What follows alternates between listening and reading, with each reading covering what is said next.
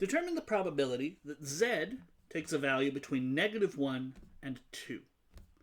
So we saw at the very end of the lesson that this can be performed as a calculation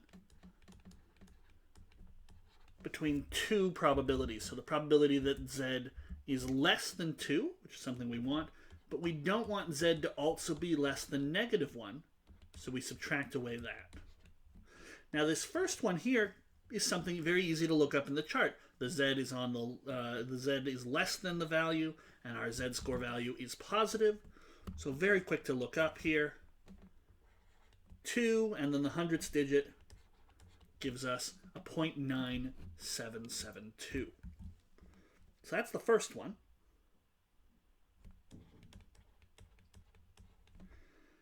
But then, well, what have we got here? Well, if we draw a little bit of a picture, we see we're looking for the area shaded to the left of a negative z-score. Okay. Well, we can't deal with negative z-scores, so let's flip the whole thing in the y-axis. So that flips the whole thing over. And the z value becomes positive, but the area moves to the wrong side. The area now is on the right.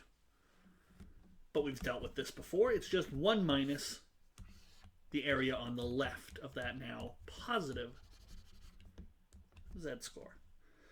And so the probability we want is 1 minus the probability of z being less than 1, and that we can also quickly look up in our chart. So 0.8413.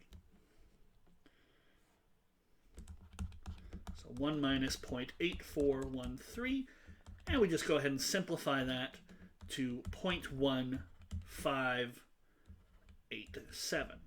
So that goes in here. Okay. And now we just need to simplify. So we take the difference.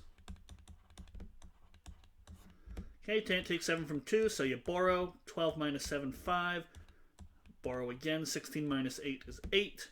6 minus 5 is 1. So our final answer here, the probability that z, our standard normal, takes a value between those two, between -1 and 2, is 0.8185, almost 82% likely.